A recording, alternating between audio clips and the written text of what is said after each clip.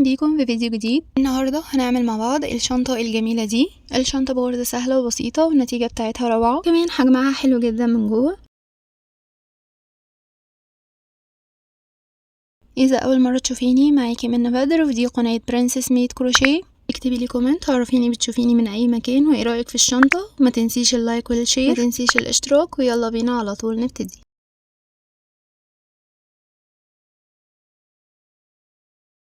استخدمت 600 جرام من خيط السلسلة، سمك الخيط 3 ملي، واستخدمت معاه إبرة رقم 4.5 ملي. أول حاجة هنبدأ بعمل قاعدة الشنطة. بدأت وعملت عقدة بداية واشتغلت 25 سلسلة. إذا عايزة تكبري حجم الشنطة بتزودي عدد السلاسل للطول اللي انت عايزاه.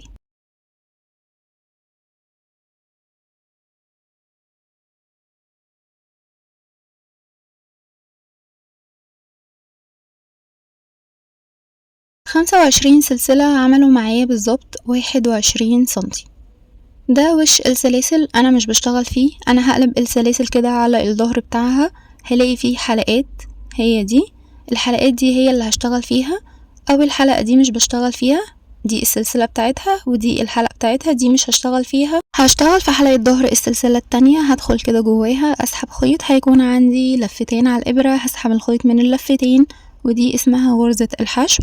هفضل بقى شغالة في حلقات ظهر السلسلة لحد ما اخلص السلسلة كلها. هشتغل بالظبط 24 غرزة حشو.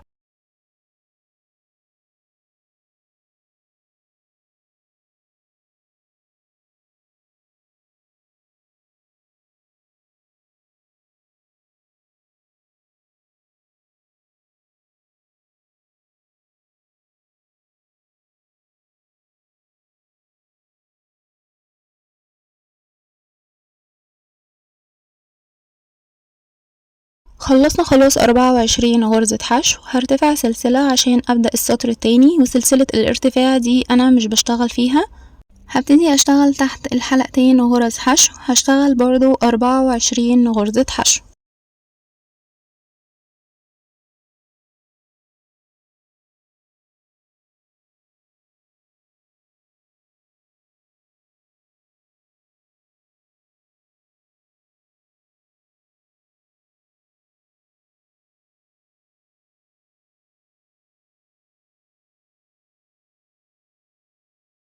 كمل غرز الحشو لحد اخر السطر، ارتفع سلسلة، اشتغل برضو 24 غرز حشو لحد ما ارتفع بال24 غرزة عدد سطور.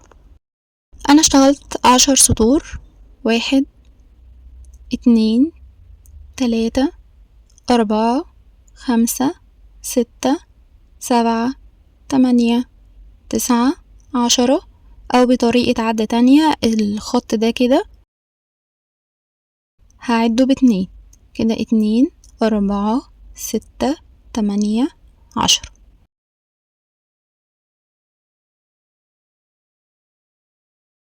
هرتفع سلسلة وهبدأ اقفل القطعة بتاعتي كلها بغرز الحشو. انا اشتغلت 10 سطور، هشتغل في الجنب 10 غرزة حشو، اخر كل سطر غرزة الحشو بتاعته. ده كده غرزة الحشو الاولى. هدخل كده اخر السطر واعمل غرزة حشو دي كده 1، واول غرزة دي هعلمها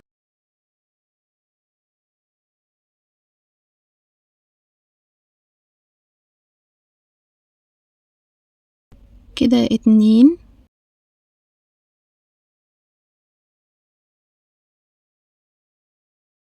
3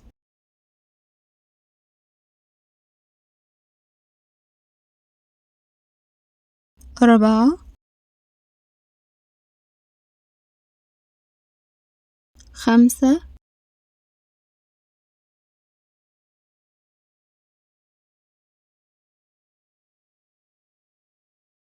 6 7 8 9 واخر غرزة 10.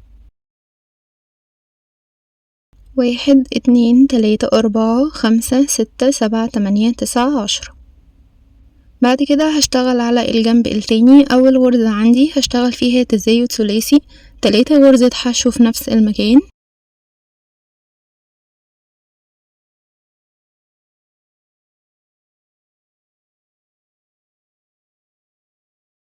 واحد،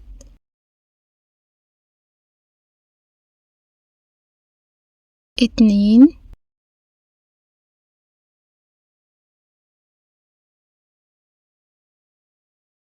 تلاتة. بعد كده هشتغل 22 غرزة حشو لحد ما اوصل لاخر غرزة عندي في الجنب.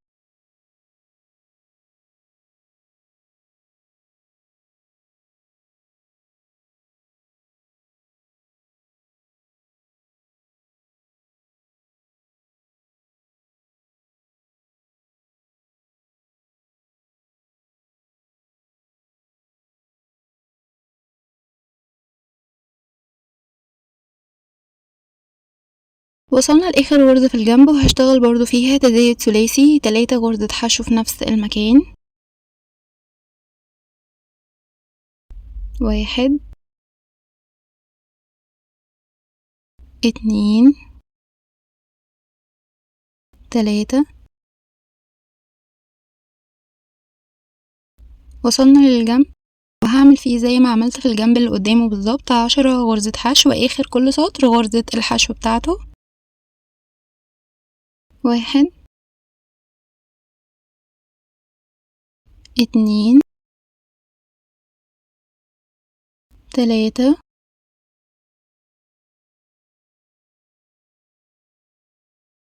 أربعة،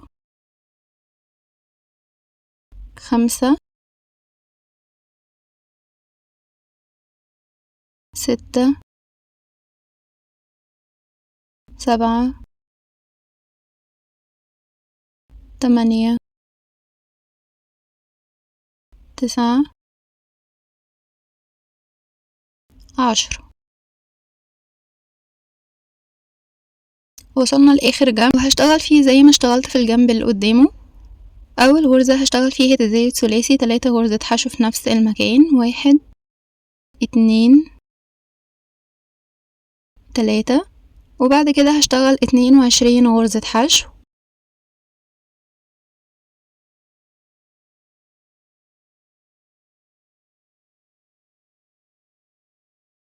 وصلنا لاخر غرزة وهشتغل فيها تزايد ثلاثي 3 غرزة حشو في نفس المكان.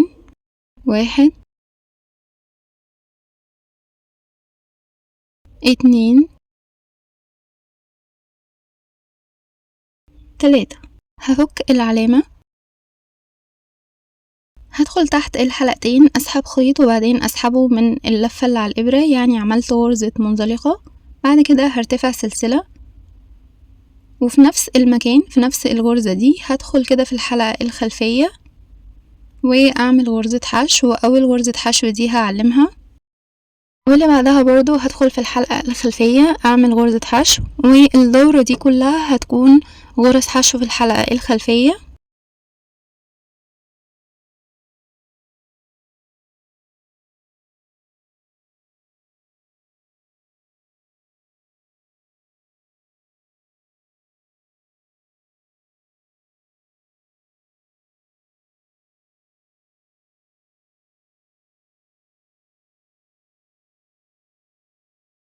كده انا ابتديت اشتغل في جسم الشنطة. بشتغل اول دورة بس غرز حشو في الحلقة الخلفية عشان اعمل كده زي اطار يفصل الجسم عن القاعدة. بس الاول خليني اقول لكم القاعدة كام سنتي. الطول 22 سنتي والعرض بتاعها كان 10 سنتي وعدد الغرز حوالين القاعدة 76 غرزة. هكمل بقى غرز الحشو في الحلقة الخلفية.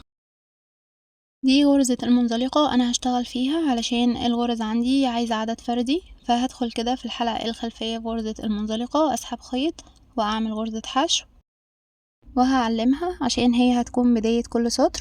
سلسلة الارتفاع انا مش بشتغل فيها، هدخل في الغرزة دي على طول، دي مش بشتغل فيها. هدخل هنا وهعمل غرزة حشو عميق تحت حرف ال V، يعني انا مش بشتغل تحت الحلقتين، لا انا بشتغل تحت حرف ال V وبعمل غرزة حشو عميق. اللي بعدها حشو عادي في الحلقة الخلفية بدخل في الحلقة الخلفية واعمل حشو. اللي بعدها حشو عميق، مش بشتغل تحت الحلقتين، بنزل تحت حرف الفي وبدخل هنا بالإبرة كده بالظبط، وبعمل غرزة حشو اسمها غرزة حشو عميق. اللي بعدها هيكون حشو في الحلقة الخلفية، واللي بعدها حشو عميق هنا كده بالظبط. بس وهكرر بقى حشو في الحلقة الخلفية، واللي بعديها حشو عميق، حشو في الحلقة الخلفية، واللي بعديها حشو عميق.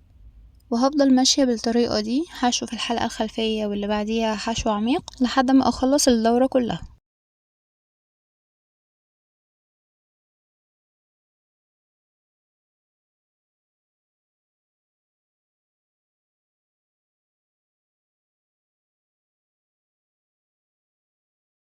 فضلت شغالة لحد ما وصلت للعلامة.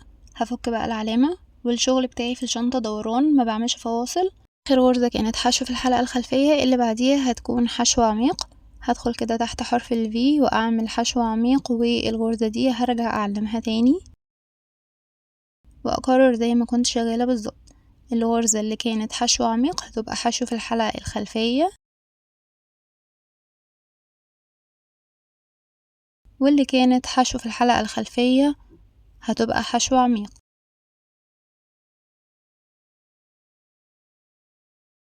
اللي كانت حشو عميق هتبقى حشو في الحلقة الخلفية،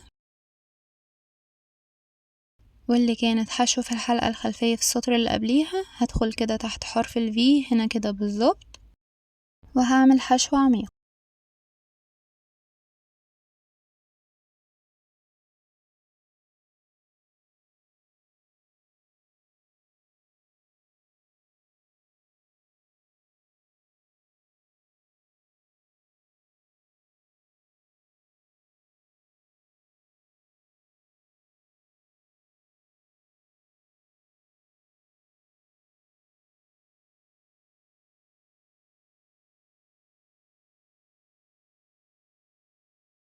هفضل شغالة لحد ما اوصل للعلامة، ولما بوصل للعلامة بفكها وبعمل دي كانت حشو عميق هتبقى حشو في الحلقة الخلفية، واكرر كده الشغل بتاعي دوران بدون اي فواصل.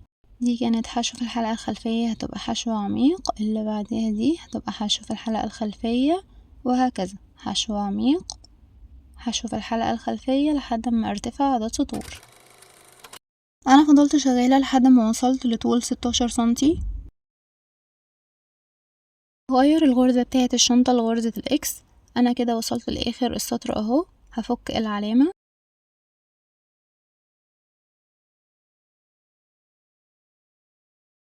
هدخل تحت الحلقتين، والخيط بتاعي بيكون هو اللي تحت الإبرة، وبعدين أكمل الغرزة بتاعة الحشو بتاعتي عادي. هي شبه غرزة الحشو، بس الفرق ان انا الخيط بتاعي بيكون هو اللي تحت الإبرة. بدخل كده بالإبرة اسحب الخيط كده، الخيط بتاعي بيكون تحت الإبرة، واكمل الغرزة بتاعتي عادي.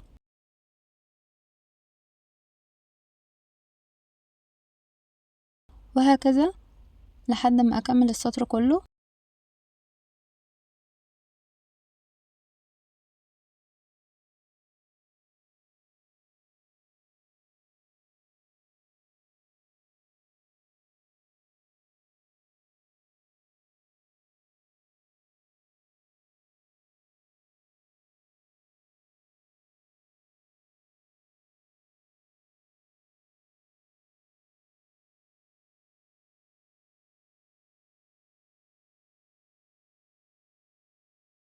غرزة الاكس دي برضو هشتغلها دوران بدون فواصل، يعني بفك العلامة لما بوصل لها، وبدخل كده تحت الحلقتين وبكمل الغرزة بتاعتي عادي خالص، واول الغرزة دي بعلمها، وهفضل برضو شغالة دوران كده بدون فواصل لحد ما ارتفع بغرزة الاكس دي عدد سطور.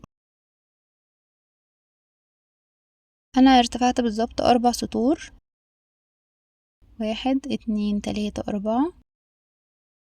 كده الطول بتاع الشنطة وصل معايا بالظبط ل19 سنتي ونص. هفك العلامة واخر سطر هعمله غرزة منزلقة في الحلقة الخلفية. بدخل في الحلقة الخلفية اسحب خيط واسحبه من اللفة اللي على الابرة، وهفضل شغالة غرز منزلقة في الحلقة الخلفية لحد ما اخلص السطر كله واوصل للعلامة.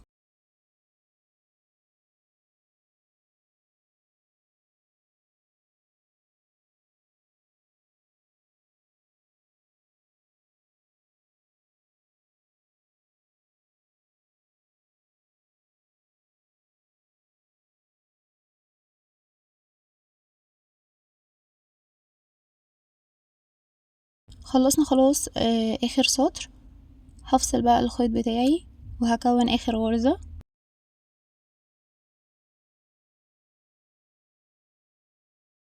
هفك العلامة وبالإبرة بتاعتي المكان اللي كان فيه العلامة ده هسيبه واروح للغرزة اللي بعدها تحت الحلقتين واسحب الخيط كده على بره، وبعدين ارجع تاني للغرزة اللي طالع منها الخيط دي، هي دي كده بالظبط. ادخل كده في قلب الغرزة دي جواها كده واسحب الخيط على جوه، والخيط الزيادة بنضفه تحت الغرز.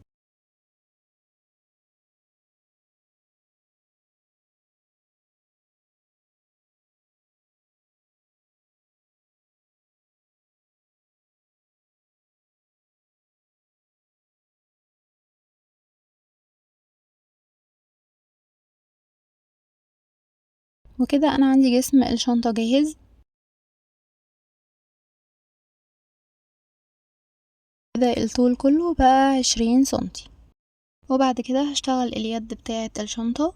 اول حاجة هعمل دايرة سحرية، الخيط على ايدي كده اكس ومن قدام بيكون متوازي، وبعدين بيجي بالابرة بتاعتي اسحب الخيط اللي جوه ده، وبعدين بلف الخيط الطويل على صوابعي عادي واعمل سلسلة، وهدخل جوه الدايرة وهعمل 6 غرزة حشو.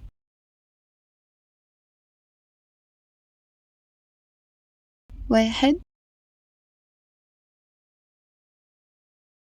2 3 4 5 6. وبعدين هقفل الدايرة بتاعتي كويس.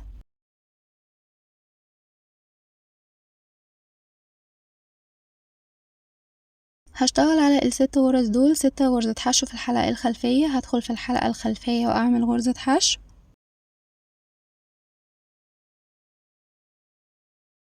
1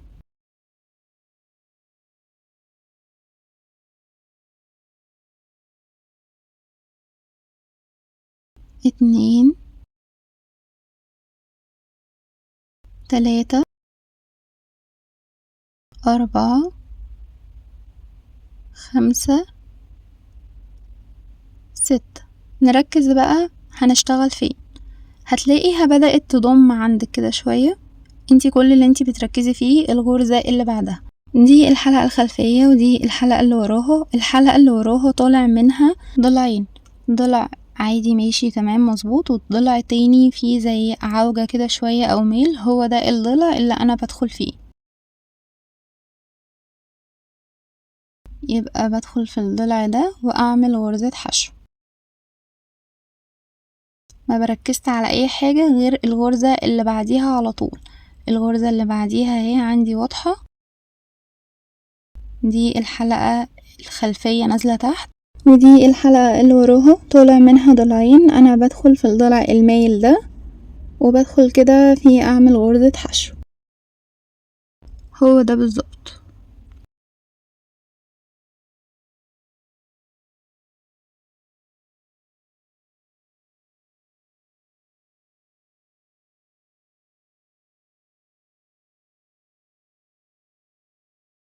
كمان مرة عيني على الغرزة اللي بعدها على طول، دي الحلقة اللي ورا الخلفية طالع كده منها ضلعين. انا بروح للضلع المايل ده وبشتغل في غرزة حشو،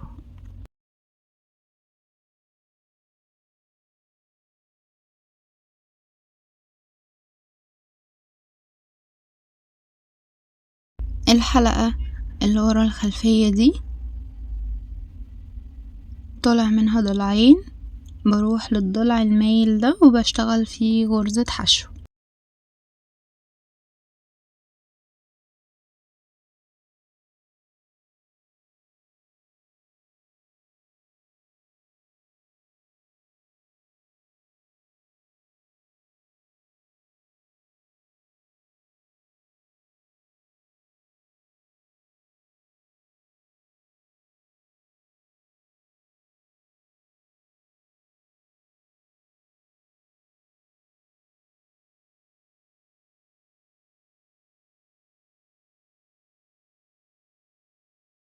هتبدأ تكون معايا شكل اليد، هفضل شغالة بالطريقة دي لحد ما ارتفع لطول اليد اللي انا عايزاه. انا فضلت شغالة لحد ما وصلت المقاس 34 سنتي. هفصل بقى الخيط وانضفه تحت الغرز.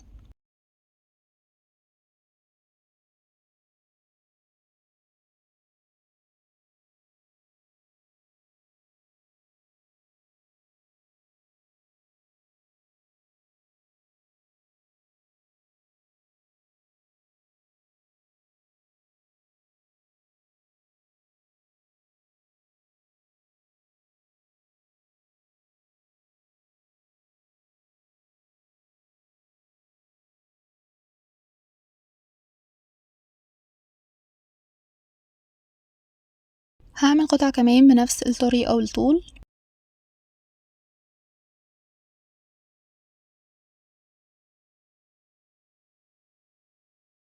هحدد بقى معاكي مكان اليد بطريقة سهلة بدون عدد غرز او اي حاجة. انتي بتفردي جسم الشنطة كده وهتيجي على الجنب ده وهتحطي علامة، وعلى الجنب التاني علامة،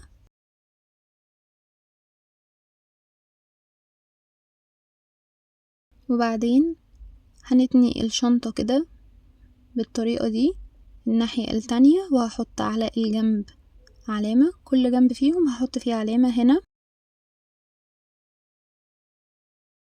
والناحية التانية هنا قدامها.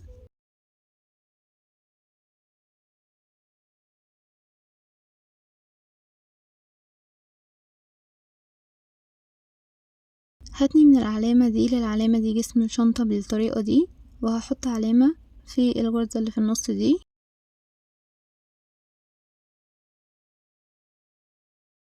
هتني كده الشنطة بالطريقة دي، والغرزة اللي في النص دي هحط فيها علامة.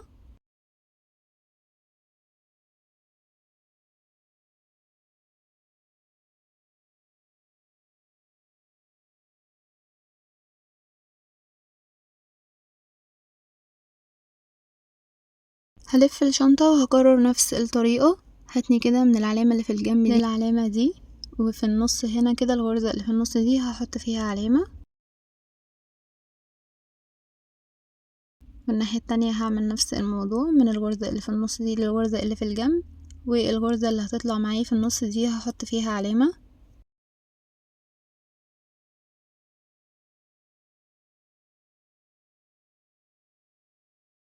كده انا اكون حددت مكان اليد بكل بساطة، هتكون هنا وهنا. هفك بقى العلامات اللي في الجنب واللي في النص، خلاص مش عايزاها تاني. هنا دي كده هفكها، واللي ورا دي هفكها، واللي في الجنب التاني هفكها، وهيتبقى معايا المكان بتاع العلامات بتاعة اليد، هتكون هنا بالظبط. هجيب اليد بتاعتي وهبتدي اثبتها. انا مش بحطها في النص كده مع العلامة، لا انا بدخل كده جوه شوية بالطريقة دي، وبعدين اروح جاية تانية جسم الشنطة على اليد واثبت بدبابيس.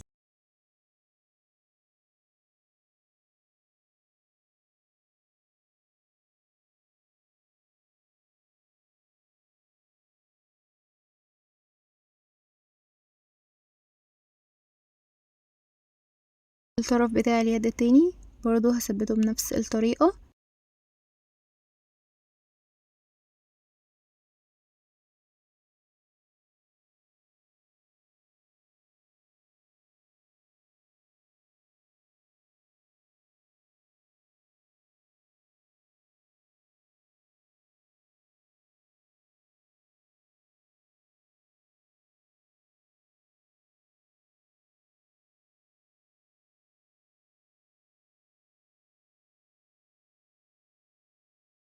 هروح للظهر بتاع الشنطة وهحط اليد برضو بنفس الطريقة اللي عملت بيها الوش بالظبط. بدخل كده بعد العلامة كده بغرزة تقريبا، واروح جاية تانية الشنطة عليها واثبت بدبابيس، والطرف التاني برضو بنفس الطريقة.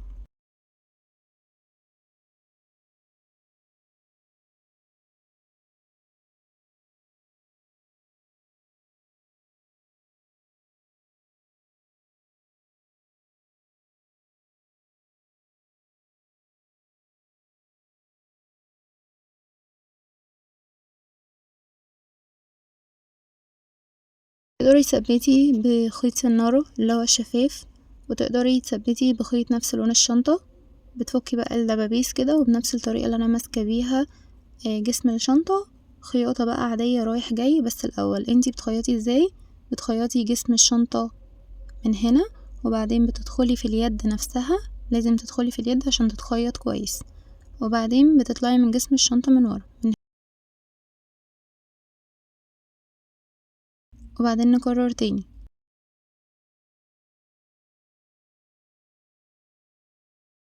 هدخل في الغرزة اللي قدام دي، وبعدين اليد، وبعدين الغرزة اللي ورا، واسحب الخيط، وهكذا خياطة رايح جاي لحد ما اثبت اليد كويس جدا.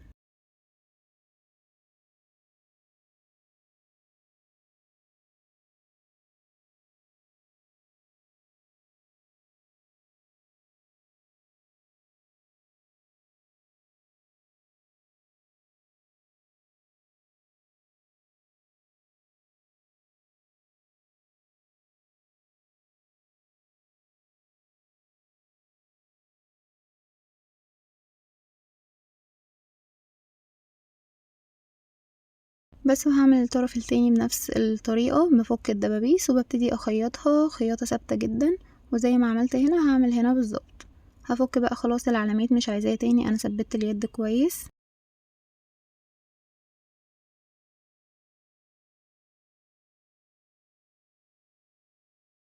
وبعدين هخيط المغناطيس،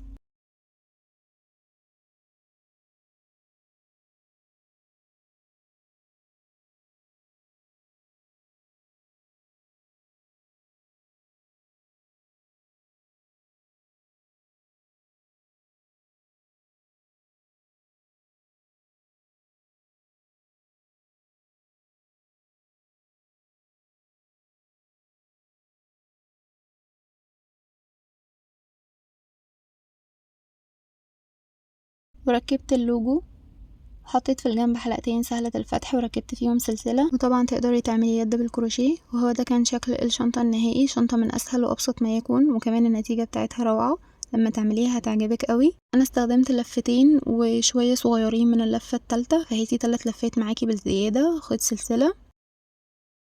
لو في اي حاجة انا مقلتهاش في الفيديو هتلاقوها موجودة عندكم في صندوق الوصف. مستنية تعليقاتكم، تقولولي ايه رأيكم في الشنطة، وبتشوفوني من اي مكان. شير الفيديو اذا عايزين القناة تستمر. ما تنسوش تعملوا اشتراك عشان في حاجات جامدة جاية، واستنوني في فيديو جديد.